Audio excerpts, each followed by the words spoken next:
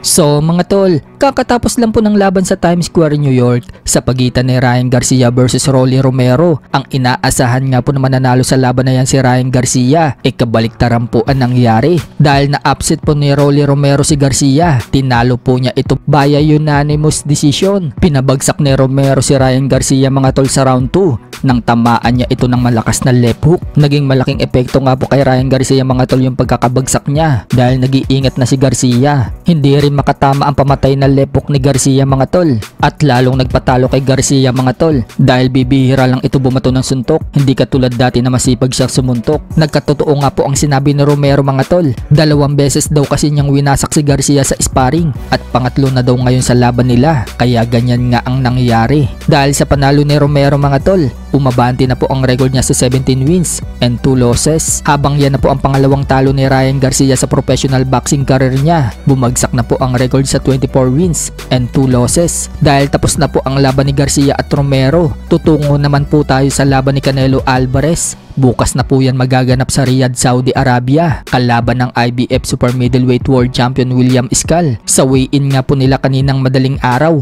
tumimbang po si William Iscal ng 166.1 pounds, habang tumimbang naman po si Canelo Alvarez ng 167.1 pounds. Dahil kapwa po nila nakuha ang weight limit sa super middleweight, tuloy na po ang laban na yan bukas. Nakataya po sa laban na yan ang undisputed super middleweight world championship. Kailangan dispatchahin ni Canelo Alvarez itong si Iscal para matuloy na ang laban nila ni Crawford sa September. Pero ayon sa mga expert mga tol, hindi daw madali kalaban itong Cuban boxer na si Iscal dahil ang mga estilo umano ng mga Cuban boxer mga technical boxer daw yan, at alam naman daw na karamihan mga tol, nahirap daw si Canelo Alvarez sa mga technical boxer. Pero ganun pa man, lumalabas na liyamado si Canelo Alvarez sa laban na yan at inaasahan na siya pa rin ang mananalo. Sa kabilang banda naman mga tol, sa Lunes na nga po magaganap ang laban ni The Monster na Oya Inoue versus Ramon Cardenas para sa undisputed super bantamweight world championship. Hindi pa nga po nagaganap ang laban mga tol, dandil na umano ang laban ni Inoue dito kay Murodjon Akhmadaliev na magaganap daw sa September 14 sa Tokyo, Japan. Ibinalita nga po yan ng boxing scene. Bagamat hindi daw nila direktang nakausap si Eddie Hearn, nakareceive umano sila ng confirmation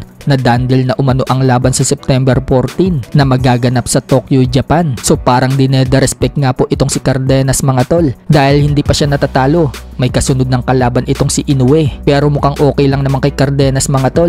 Sinabi kasi ni Cardenas na every fighter meron daw plano, at naiintindihan daw umano niya si Inoue dahil may plano din daw siya. Kung sakaling talunin daw kasi niya si Inoue, magre-rematch daw sila sa September, at kapag tinalo daw ulit niya si Inoue, aakyat na daw siya ng 126 pounds or featherweight division para doon naman daw maging kampiyon.